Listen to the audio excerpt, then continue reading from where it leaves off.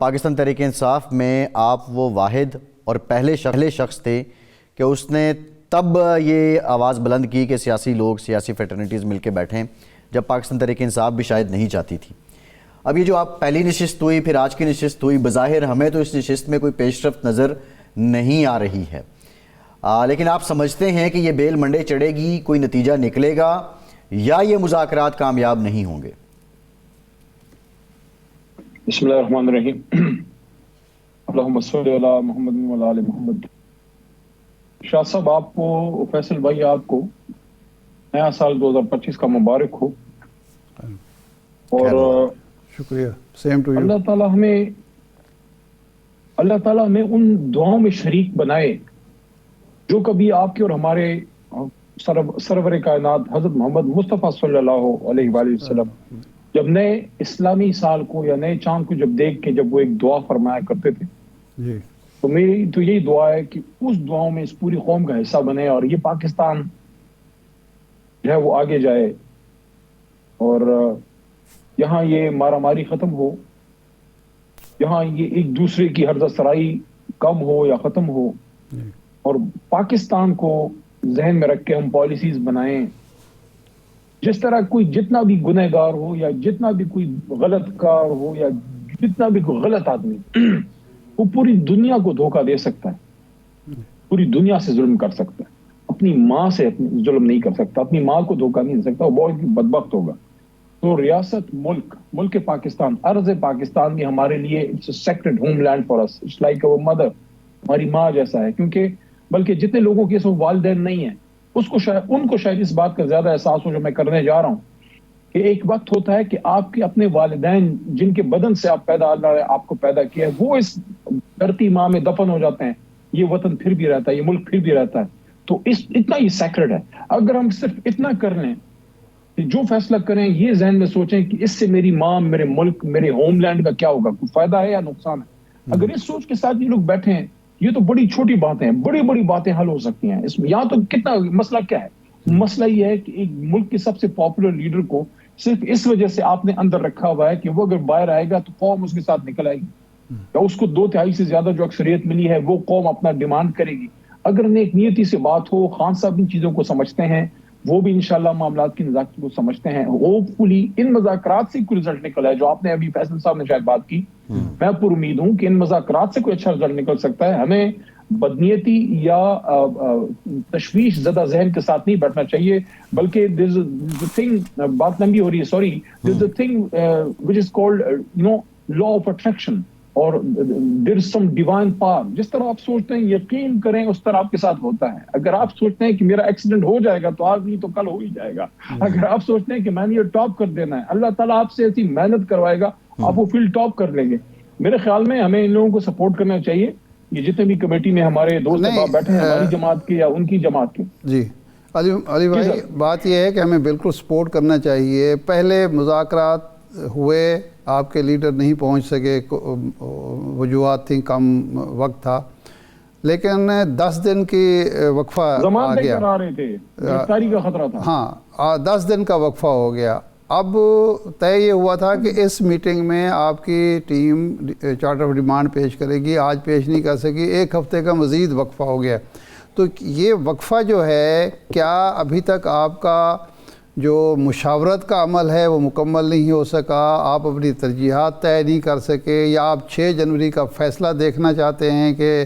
حکومت کا اس میں رویہ کیا ہے، پراسیکیوشن کا رویہ کیا ہے، عدلیہ کا رویہ کیا ہے؟ یہ 1 ہفتے کی مزید، کیونکہ آپ کے کارکن بھی اور پاکستان کے عوام بھی یہ چاہتے ہیں کہ ان مذاکرات کا کچھ جلد نتیجہ نکلے، اور خان صاحب نے 31 جنوری کی ڈیٹ بھی اسی لیے دی تھی۔ تو یہ تاخیر آپ کی طرف سے کیوں ہو رہی ہے؟ حکومت اگر ٹائم بائی کرنا چاہ رہی ہے تو آپ موقع نہیں دے رہے حکومت کو خود ہی اس طرح کر کے؟ دیکھیں، میں تو کمیٹی کا ممبر نہیں ہوں، اس پہ میں زیادہ مستند بات نہیں کر سکتا، لیکن میری رائے یہ ہے کہ ہفتہ کا ٹائم زیادہ ہے، 9 دن بھی زیادہ تھے، 10 نہیں تھے، 9 دن تھے، تو یہ 2 دن 3 دن سے تو آگے بڑھنا ہی نہیں چاہیے۔ اور میرے خیال میں اگر حکومتی لوگ بیٹھے ہیں تو اس لیے تو نہیں بیٹھے کہ یہ اگر ان کو سپورٹ نہیں ہے پیچھے ان کی ٹاپ لیڈرشپ کی، جس میں نواز شریف صاحب یا وزیر اعظم شہباز شریف یا صدر زرداری ہیں، ان کی سپورٹ اجازت سے ہی بیٹھے ہیں، اور انہوں نے اگر ان کو بٹھایا ہے تو انہوں نے بھی پیچھے مقتدرہ سے بھی شاید بات کی ہو، میں شاید کا لفظ یوز کر رہا ہوں، تو اگر ایسا ہی کچھ سلسلہ ہے تو پھر اگر معاملات ٹھیک کرنے، دیکھیں میں سمجھتا ہوں کہ منافقت نہیں کرنی چاہیے، اگر معاملات ٹھیک کرنے ہیں تو اس کو ریزلٹ اورینٹڈ بنائیں۔ یہ وہ لفظ ہے جو عمران خان صاحب نے مجھے کی تھی ڈیالہ جیل میں ایک دفعہ ملاقات میں، ابھی کچھ ایک مہینہ ڈیڑھ پہلے، اتفاق سے میں نے ان سے ویسے ہی پوچھ لیا کہ مذاکرات کی بڑی بات ہو رہی ہے، اور یہ وہ دن تھے جب آصف زرداری صاحب نے اور رانا ثناء اللہ صاحب نے پہلی بار مذاکرات کی بات کی تھی، 3 مہینے ہو گئے اس بات کو، اتنا ہی کوئی وقت ہوا ہے، تو خان صاحب نے کہا بالکل مذاکرات ٹھیک ہے لیکن ہونے میننگ فل ہونے چاہیے، تو وہی خان صاحب والے لفظ میں پروگرام میں تیسری بار کہہ رہا ہوں کہ میننگ فل ہو، ریزلٹ نکالیں، مسئلہ حل کریں، قوم کو آگے لے کے جائیں، قوم پریشان ہے، مہنگائی ہے، نوجوانوں کی امید، اچھا یہ علی محمد خان صاحب سال کے ابتدا میں ایک امید، ایک فضا ہے، اس فضا کو کیش وہ دیکھیں، وہ تو حکومت یہ کہتی ہے کہ ہم نے تو اپنا منصوبہ اڑان پاکستان بھی شروع کر دیا ہے، ماحول سازگار ہوگا تو ہمیں سوٹ کرے گا۔ سوال یہ ہے علی محمد خان صاحب کہ آپ کے کچھ لوگ، باقی بھی کچھ لوگ، کچھ صحافتی حلقے بھی یہ کہہ رہے ہیں کہ اصل مذاکرات وہ ہیں جو بشرا بی بی کر رہی ہیں، اور اس میں ڈائریکٹلی انپٹ شامل ہے جو بانی پی ٹی آئی ہیں ان کی، تو کیا یہ بات درست ہے کہ اصل مذاکرات کہیں اور ہو رہے ہیں اور یہ کمیٹی صرف فلر ہے، آئی واش ہے؟ نہیں، مجھے اس کا کوئی علم نہیں، اور مذاکرات اگر ہیں بھی تو پولیٹیکل فورسز سے ہونے چاہیے۔ اچھا، آپ کے جو 2 ڈیمانڈ سامنے آئیں وہ یہ کہ جی سیاسی قیدی رہا کیے جائیں، نئے کیسز نہ بنائے جائیں، جن کی ضمانتیں ہوں ان میں رکاوٹیں نہ ڈالی جائیں، اور دوسرا یہ جوڈیشل کمیشن، اگر یہ بالفرض حکومت یہ دونوں مطالبات مان لیتی ہے تو جواباً آپ 8 فروری کے حکومت کے مینڈیٹ کو مانیں گے اور عدم استحکام پیدا نہیں کریں گے، کوئی احتجاجی تحریک نہیں چلائیں گے، مدت حکومت کو پوری کرنے دیں گے؟ میرے خیال میں تو اس میں تیسرا نقطہ ہونا چاہیے، اچھا، اس میں 8 فروری کے الیکشن کا جوڈیشل آڈٹ ہونا چاہیے۔ یہ سارا مسئلہ تو بنا ہی ادھر سے ہے، 8 فروری کے الیکشن جو ہمارا مینڈیٹ چرایا ہے، تو یہ میرے خیال میں ایک ایسی چیز ہے جو ہم معاف بھی اگر کرنا چاہیں تو نہیں کر سکتے، وہ بھی غیر آئینی ہوگا۔ اگر مینڈیٹ چرایا گیا ہے، جو کہ چرایا گیا، تو چرانا بھی غلط ہے، اور اس چوری یا ڈاکے کو معاف کرنا بھی غلط ہے، ہمارے پاس حق نہیں ہے، کیونکہ یہ حق عوام کا ہے۔ عوام نے مینڈیٹ ڈالا ایک جماعت کو، جو اتفاق سے میری جماعت ہے، ہم لوگوں کو 2/3 ملا، ہمارا کلیم ہے۔ اگر ہمارا کلیم صحیح ہے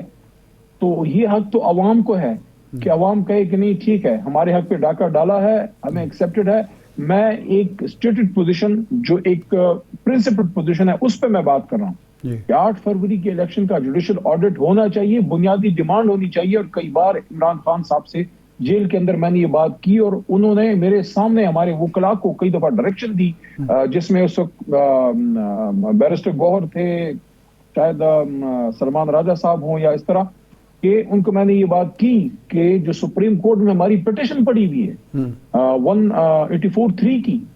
اس پہ آپ اس کو موو کرائیے کہ سپریم کورٹ کے چیف جسٹس صاحب اس پہ سو موٹو لیں، اور اگر ضرورت ہو تو پورا bench بٹھائیں، full bench بٹھائیں، full court بٹھائیں، اور انویسٹیگیشن کر لیں، تاکہ ونس اینڈ فار آل اس کا فیصلہ ہو جائے۔